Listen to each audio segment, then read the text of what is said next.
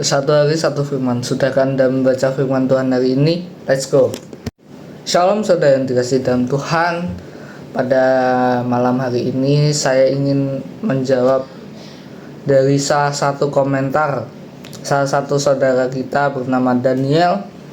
Di situ dia bertanya, "Bang, apakah atau apa caranya agar saya bertobat dan Tuhan mau mengampuni saya? Apakah dengan baptisan atau dengan bagaimana?" Inti pertanyaannya itu. Dan di sini saya akan membahas secara runtuh, mulai dari apa esensi dari pertobatan, apa arti pertobatan, dan apa esensi dari baptisan itu sendiri. Namun sebelum itu saudara, sebelum kita mendengarkan firman Tuhan, marilah kita berdoa. Bapa di dalam kerajaan surga, terima kasih Tuhan Yesus, Engkau telah menyertai kami Tuhan sampai detik hari ini Tuhan. Kami boleh bekerja, boleh beraktivitas Tuhan.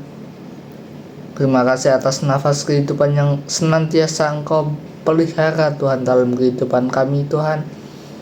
Bapa, sebentar kami ingin mendengarkan sedikit dari firman-Mu, terutama tentang pertobatan dan tentang baptisan.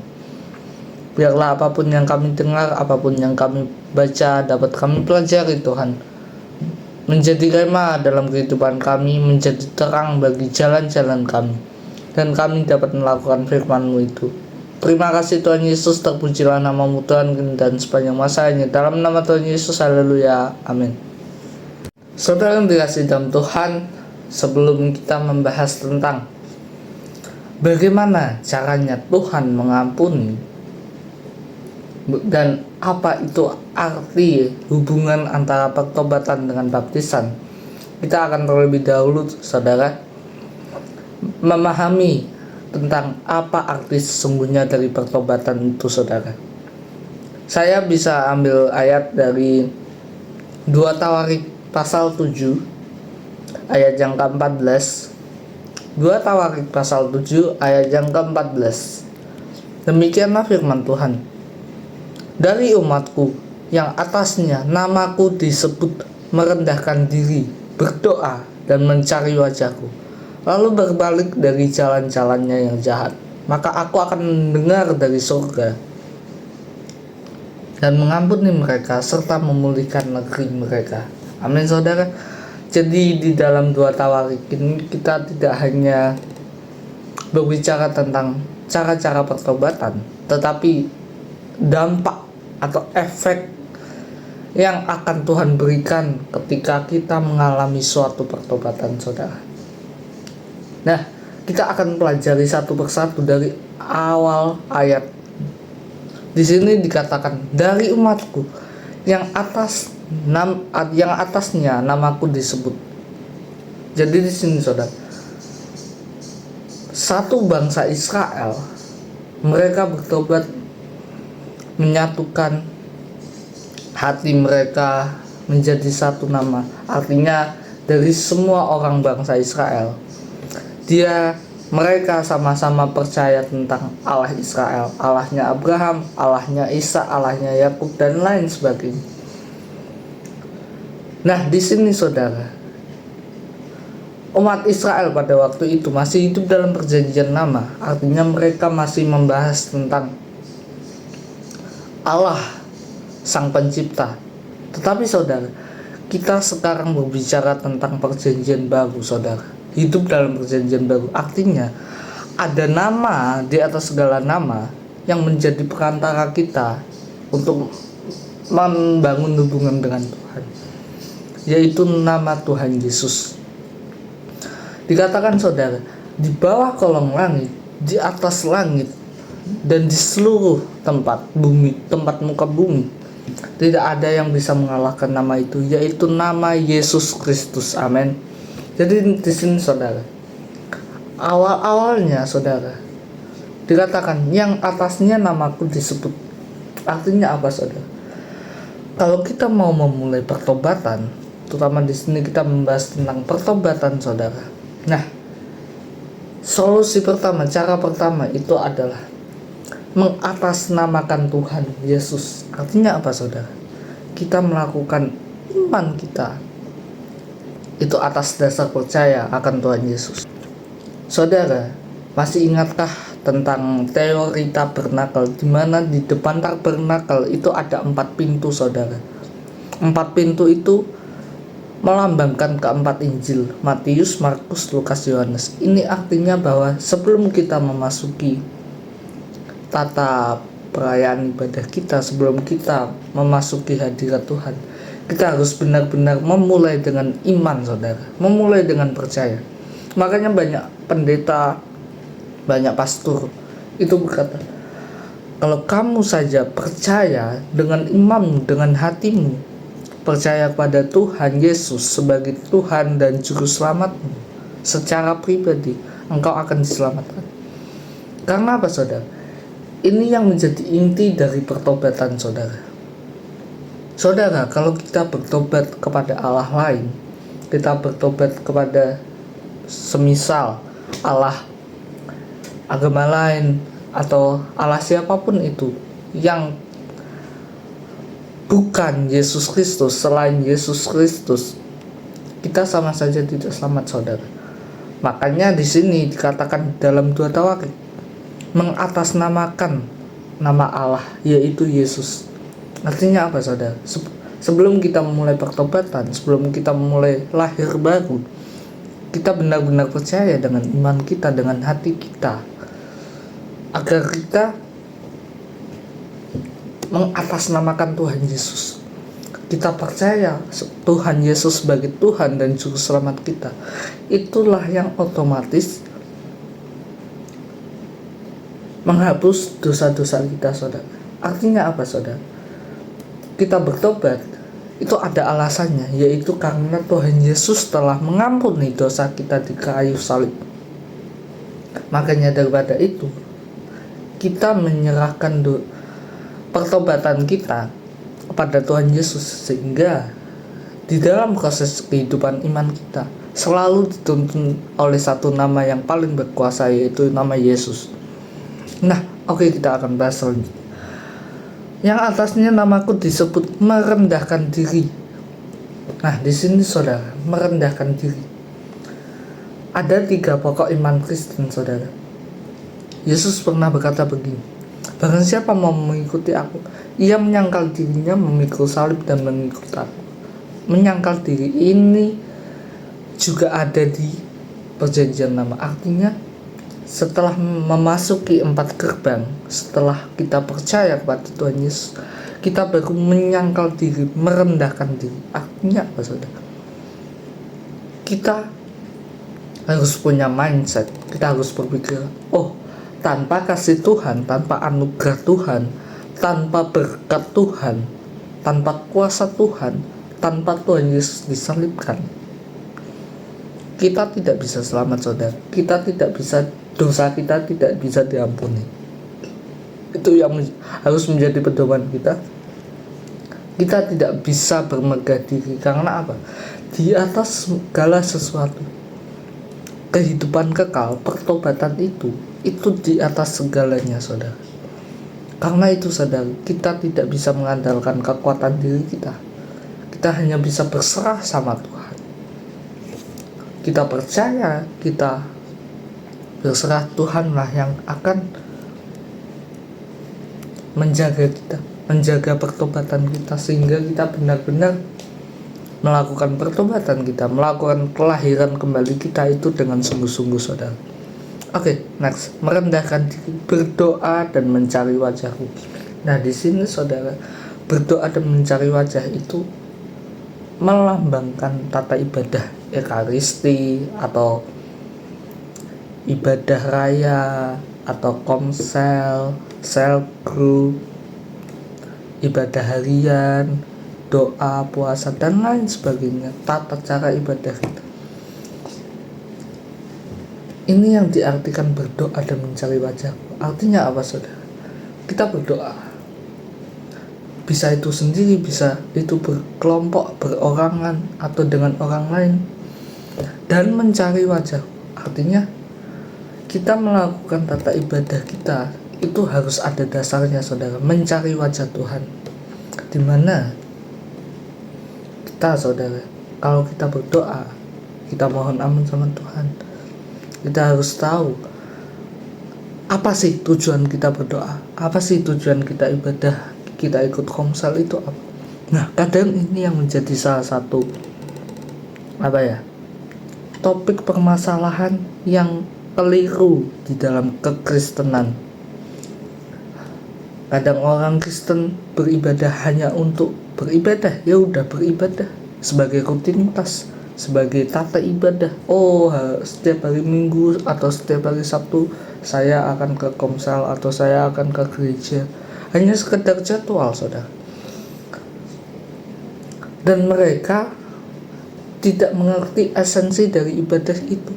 Padahal di sini dikatakan esensi ibadah adalah berdoa dan mencari wajah Tuhan. Artinya harus ada tujuan. Kamu ibadah nggak bisa main-main. Kamu ibadah jangan dianggap sebagai rutinitas, jangan dianggap sebagai cuman mengisi waktu luang aja, cuman gabut dan lain sebagainya. Tapi kamu harus mendapat spirit, roh ibadah itu harus kamu tangkap, saudara. Nah, kadang saudara, di sini juga yang menjadi salah satu persepsi yang salah dari umat Kristen, di mana mereka ibadah tapi hati mereka tidak bertobat, saudara. Mereka melakukan tata ibadah, mereka KTP Kristen, lahir di Kristen, baptis di Kristen, tapi hatinya tidak bertobat, saudara. Nah, nanti saya akan bahas tentang apa esensi baptisan dan apa hubungannya dengan pertobatan. Kenapa baptisan itu tidak menjadi satu-satunya penyelamat kita. Oke, kita lanjut next. Berdoa dan mencari wajahku, lalu berbalik dari jalan-jalannya yang jahat. Maka aku akan mendengar dari surga dan mengampuni dosa mereka serta memulihkan negeri mereka. Amin. Jadi saudara, setelah kita tahu tujuan kita beribadah, setelah kita tahu tujuan kita melakukan segala aktivitas keagamaan kita, kegerejaan kita, inilah saudara, berbalik dari jalan-jalannya yang jahat. Jadi setelah mengetahui esensi ibadah, setelah mengetahui siapa itu Tuhan Yesus yang menyelamatkan diri kita, kita sadar kita berbalik dari jalan-jalannya yang jahat. Karena apa? Orang kalau sudah bertobat, orang sudah lahir baru, dia setelah dia percaya Tuhan Yesus sebagai juru selamat pribadi, dia pasti dikuasai Roh Kudus. Karena apa, saudara? Di dalam Kisah Rasul 1 ayat 8, engkau akan menerima kuasa kalau Roh Kudus turun atas kamu. Nah, saudara, dalam tanda petik kuasa dari Roh Kudus ini bukan semata-mata kuasa penyembuhan, kuasa pengusiran roh jahat. Memang itu bisa dilakukan Roh Kudus.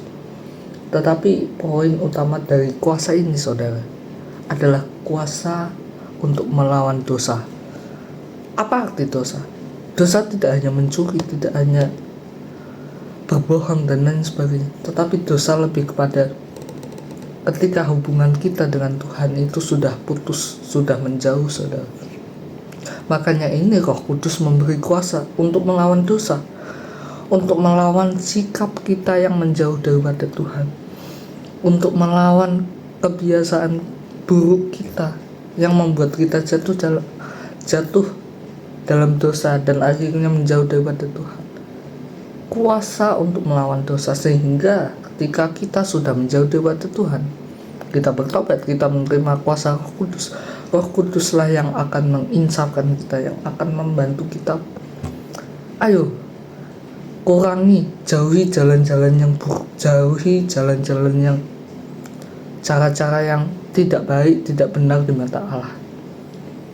Dikatakan dalam Yohanes, Roh Kuduslah yang akan menginsafkan kita akan dosa, penghakiman, dan hukuman. Artinya apa, saudara? Dosa, kebenaran, dan penghakiman. Dosa karena tidak percaya kepada Tuhan Yesus. Ini berbicara juga tentang bagaimana mereka sudah menjauh daripada Allah. Makanya orang Farisi, orang Yahudi, ada suatu cerita di mana Salah satu kejadian, mereka menganggap kuasa Roh Kudus sebagai kuasa Beelzebub. Saking mereka tidak dekat dengan Allah, maka mereka mendustai Roh Kudus akan dosa, akan kebenaran. Karena Roh Kuduslah yang secara otomatis memberitahu kepada kita, menyingkapkan kepada kita bagaimana sih caranya melayani Tuhan, caranya mengasihi Tuhan, caranya melakukan firman Tuhan, caranya mencari jiwa-jiwa.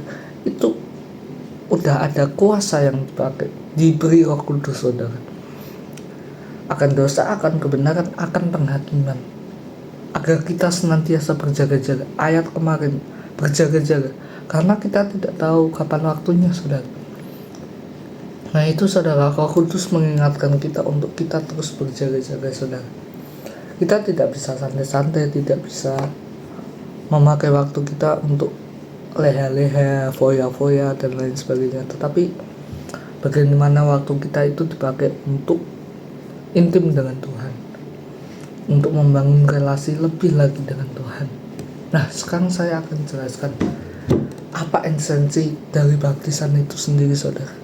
Esensi dari baptisan itu sebagai lambang, saudara. Lambang di mana engkau, manusia lamanya, dicelupkan, dikuburkan, sehingga ketika engkau dicelupkan ke dalam air, manusia lamamu itu dikuburkan, ditenggelamkan. Nah, ketika engkau bangkit daripada air setelah dibaptis, barulah muncul manusia baru. Itu hanyalah esensi, saudara. Artinya, saya bisa bilang begini, saudara. Orang kalau dia tidak dibaptis tetapi dia percaya Yesus sebagai juru selamat pribadi, dia masih bisa masuk surga, saudara. Karena baptisan itu cuma sebagai simbol, saudara. Simbol bagaimana manusia lama dikuburkan menjadi manusia baru. Jadi mau berapa kali pun kamu dibaptis, sebanyak apapun, 10 kali, 100 kali, 1000 kali, 10.000 kali, tetapi kalau engkau tidak bertobat, kalau engkau tidak lahir baru, kalau tidak ada Roh Kudus dalam hidupmu, sama aja, saudara. Lebih baik engkau bertobat, engkau mengalami pertobatan, engkau mengalami kelahiran kembali, walaupun engkau tidak dibaptis. Karena baptis ini hanyalah sebagai simbol, saudara. Saya pernah dengar kesaksian dari dosen saya, di mana ada salah satu mahasiswa lulusan sekolah tinggi teologi. Dia menginjil ke suatu tempat di daerah Bandung, menginjil satu desa, saudara.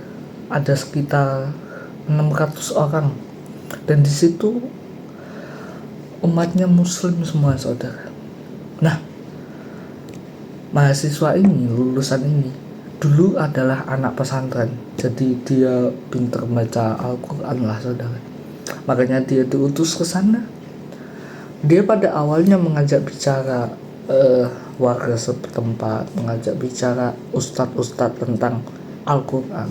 Lama-kelamaan, saudara, dari yang awalnya berdiskusi tentang Al-Quran, mahasiswa ini langsung masuk ke bagian Injil. Dia menerangkan kepada ustadz itu, ini loh yang ada di Al-Quran, itu lebih benarnya dibenarkan di dalam Injil. Yang tidak ada di dalam Al-Quran itu ada di dalam Injil. Jadi mahasiswa ini memakai kepintarannya dalam membaca Al-Quran untuk menyampaikan Injil, saudara. Artinya apa, saudara? Nah, setelah itu, saudara, setelah mahasiswa itu memberitakan Injil pada ustadznya langsung percaya, saudara.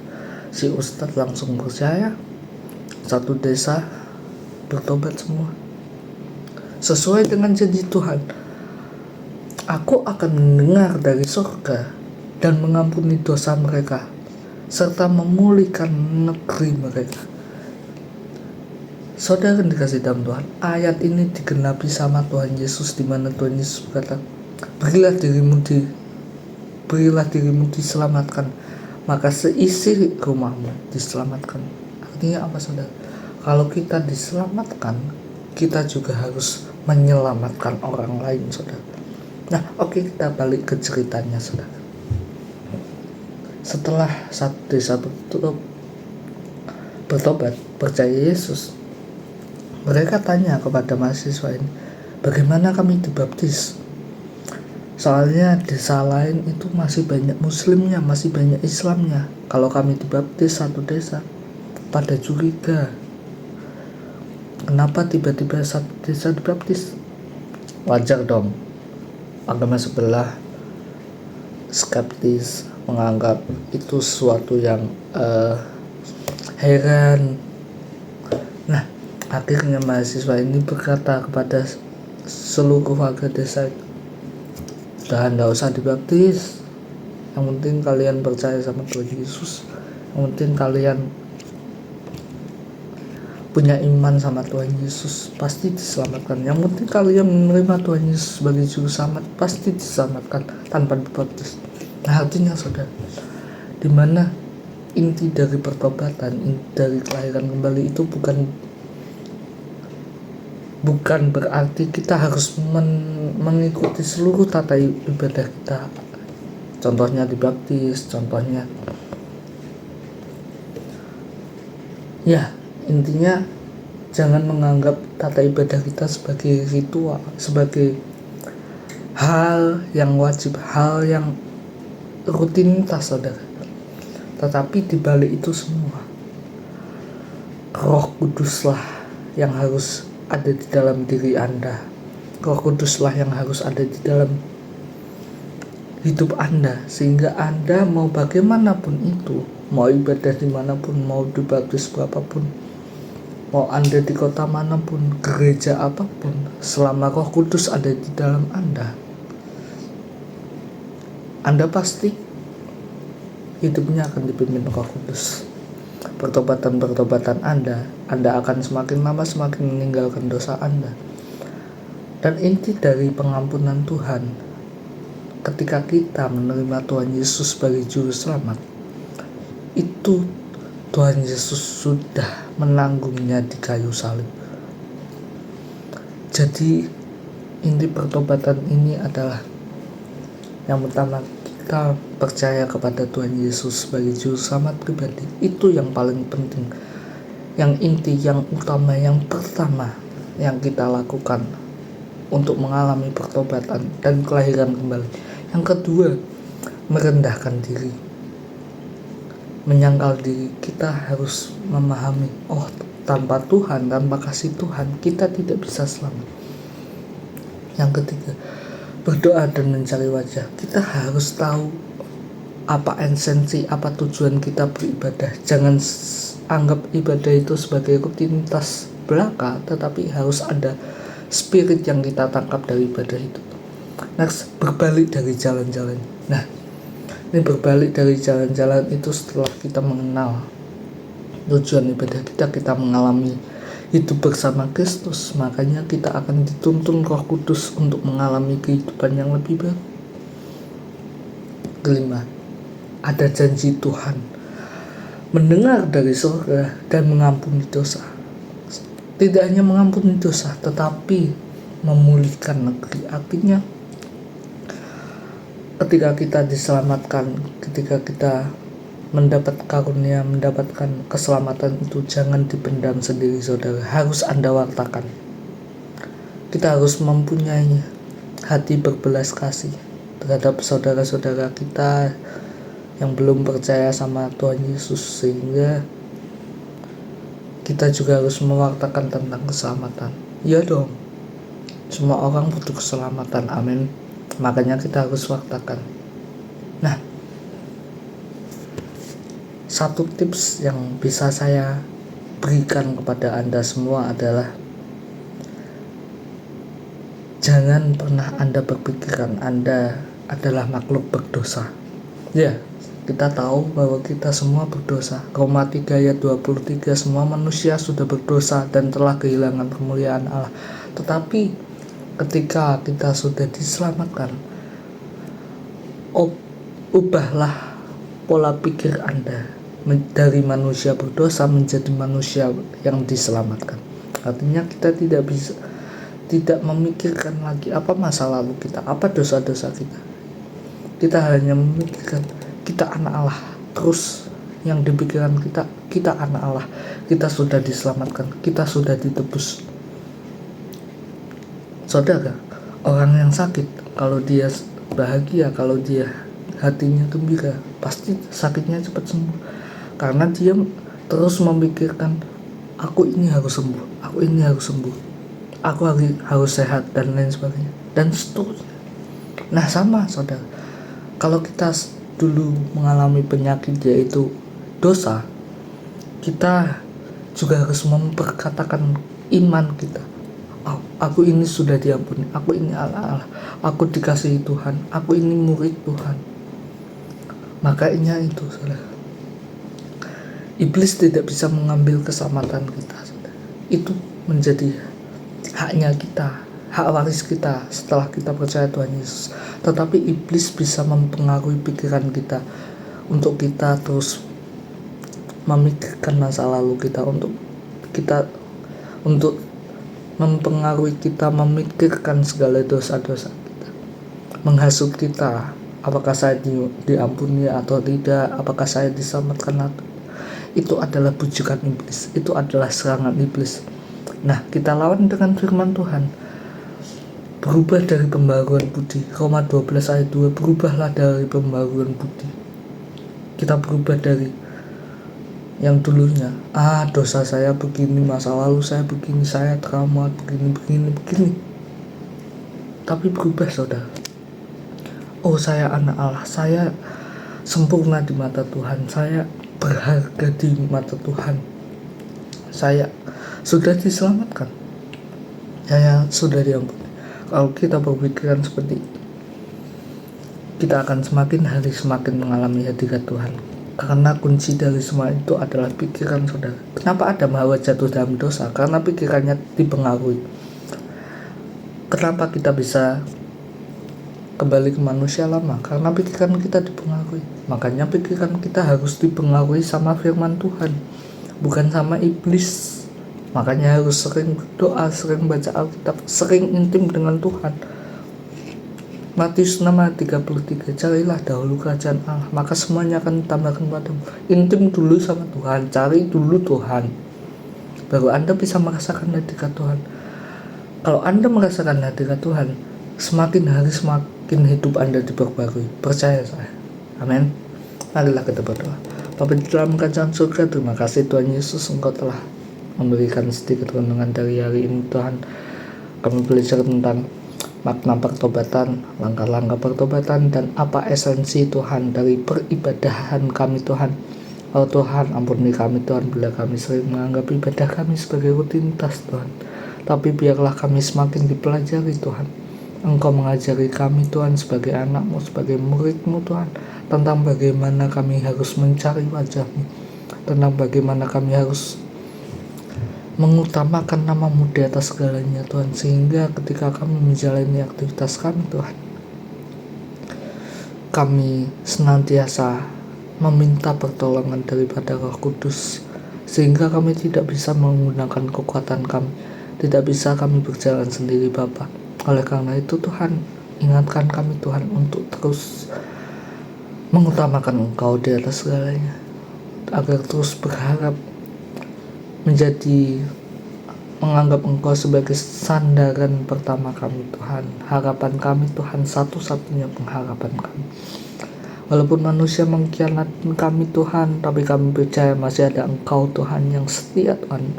Teguhkanlah iman kami Tuhan, agar semakin hari kami semakin merasakan hadirat Tuhan. Terima kasih Bapa. Sebentar kami serahkan hari-hari kami, malam kami, istirahat kami Tuhan. Biarlah Engkau yang melindungi kami senantiasa Tuhan. Tuhan memberkati Engkau dan melindungi Engkau.